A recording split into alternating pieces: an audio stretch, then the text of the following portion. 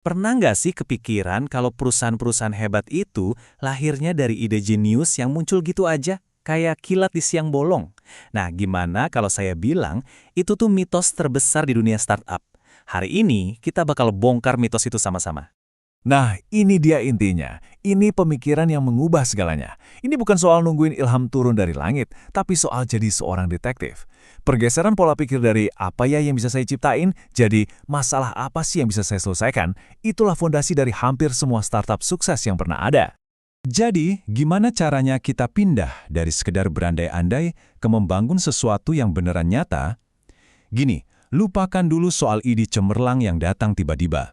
Di bagian pertama ini, kita akan hancurkan mitos itu dan ganti dengan peta yang jelas untuk menemukan peluang bisnis yang sesungguhnya. Coba deh lihat bedanya. Sebuah ide itu kayak kita mikir, wah payung yang bisa terbang pasti keren banget. Tapi sebuah peluang itu muncul waktu kita sadar, orang-orang di kota hujan ini kok repot banget ya bawa belanjaan sama payung sekaligus. Paham kan? Yang satu itu fantasi, yang satunya lagi itu masalah nyata. Disitulah letak perbedaan antara sekedar hobi dan sebuah bisnis. Ini bukan soal hoki atau keberuntungan loh. Pengenalan peluang itu kayak otot yang bisa dilatih. Ini soal mengubah cara kita melihat dunia. Dari yang tadinya konsumen pasif, jadi pengamat yang aktif. Selalu bertanya, kenapa sih ini ribet banget? Pasti ada cara yang lebih baik. Kebutuhan yang belum terpenuhi itu ada di mana-mana, kalau kita tahu cara melihatnya. Oke, kita udah paham bedanya. Sekarang pertanyaannya, di mana kita bisa nemuin masalah-masalah berharga ini? Jawabannya, di mana-mana. Nah, di bagian ini kita bakal pakai topi detektif kita, dan saya akan kasih peta harta karun buat memulai perburuan.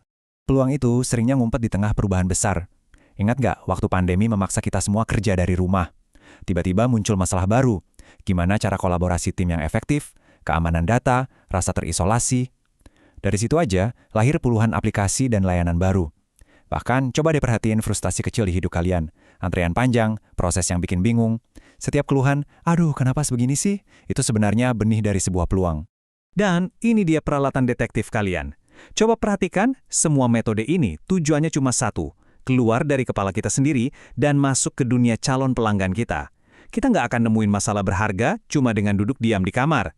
Kita menemukannya dengan mengamati, bertanya, dan yang paling penting, mendengarkan. Setiap metode ini adalah cara untuk membangun empati. Sekarang, saya mau bagiin satu alat favorit saya. Sederhana banget, tapi luar biasa powerful. Teknik ini dikembangkan oleh Toyota, namanya 5 Whys atau 5 Mengapa. Alat ini bantu kita berhenti ngobatin gejalanya aja dan mulai menyembuhkan penyakit yang sebenarnya. Kita coba lihat cara kerjanya ya. Oke, investigasi dimulai. Masalah di permukaan, mahasiswa telat kumpulin tugas. Pertanyaan pertama yang paling dasar, mengapa mereka terlambat? Jawabannya, mereka nggak tahu deadline-nya. Tapi kita nggak berhenti di sini, kita gali lagi. Pertanyaan kedua, mengapa mereka nggak tahu? Ternyata mereka nggak ngecek sistemnya. Menarik. Apa mereka malas? Mungkin, tapi ayo kita gali satu tingkat lebih dalam lagi. Pertanyaan ketiga, mengapa mereka nggak memeriksanya? Dan ini dia akar masalahnya. Notifikasi di sistemnya ternyata mati. Lihat kan perbedaannya? Kalau kita berhenti di awal, solusinya mungkin cuma kasih hukuman ke mahasiswa. Tapi sekarang, solusi yang benar adalah perbaiki sistem notifikasinya. Kita beralih dari nyalahin pengguna jadi memperbaiki produk. Itulah kekuatan dari menggali lebih dalam. Oke, jadi kita udah nemu akar masalahnya. Keren. Tapi, tunggu dulu. Apa benar sistem notifikasi yang mati ini masalah besar? Atau, jangan-jangan ini cuma keluhan segelintir orang? Ingat, menemukan masalah itu baru langkah pertama. Langkah berikutnya yang paling krusial adalah validasi. Membuktikan kalau masalah ini beneran ada dan cukup penting buat diselesaikan. Anggap aja validasi ini sebagai jaring pengaman kalian. Ini yang membedakan seorang wirausahawan dengan seorang penjudi. Tanpa validasi, kita cuma bertaruh dengan waktu dan uang berdasarkan asumsi. Dengan validasi, kita membangun di atas fondasi fakta yang kuat. Nah, ini kesalahan klasik banget. Jangan pernah bertanya tentang masa depan. Maukah Anda pakai aplikasi ini? Orang itu cenderung ingin menyenangkan kita, jadi jawabannya nggak bisa dipegang. Sebaliknya, tanyakan tentang perilaku di masa lalu. Selama ini gimana cara Anda menyelesaikan masalah ini? Jawaban dari pertanyaan itu akan ngasih kita data nyata tentang seberapa besar masalah itu buat mereka.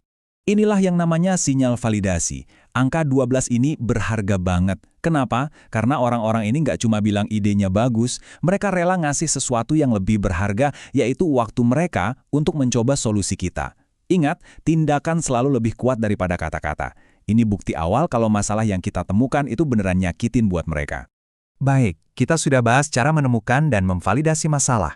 Sebelum kita selesai, mari kita rangkum beberapa prinsip utama dan jebakan umum yang harus dihindari, supaya kita tetap berada di jalur yang benar. Ini alat yang sangat praktis. Saya sarankan kalian coba pakai ini. Dengan merangkai masalah dalam formula ini, kita dipaksa untuk berpikir jernih. Siapa penggunanya, apa masalahnya, apa penyebabnya, dan apa dampaknya. Ini adalah tes kejernihan terbaik untuk ide kita. Dan terakhir, ini dia jebakan-jebakan paling umum. Resep untuk menghindarinya sebenarnya sederhana. Jatuh cintalah pada masalahnya, bukan pada solusi kita. Jadilah seorang ilmuwan, bukan pengacara. Artinya, selalu uji hipotesis kita. Dan yang terpenting, jangan pernah berhenti ngobrol sama calon pelanggan. Mereka adalah kompas kita. Jadi, kalau kalian cuma bisa bawa pulang satu pemikiran dari sini, biarlah ini dia. Solusi yang hebat itu dibangun di atas fondasi masalah yang hebat. Bukan sebaliknya. Fokus kita seharusnya bukan membangun aplikasi yang keren, tapi memecahkan masalah yang benar-benar dirasakan orang. Kalau itu berhasil, kita sedang membangun sesuatu yang akan bertahan lama. Jadi saya tinggalkan kalian dengan pertanyaan ini. Mulailah melihat dunia di sekitar dengan kacamata baru ini. Masalah apa sih yang terus-menerus kalian hadapi dalam hidup? Coba gali lebih dalam, lakukan validasi, dan siapa tahu, kalian mungkin baru saja menemukan awal dari sebuah startup hebat berikutnya.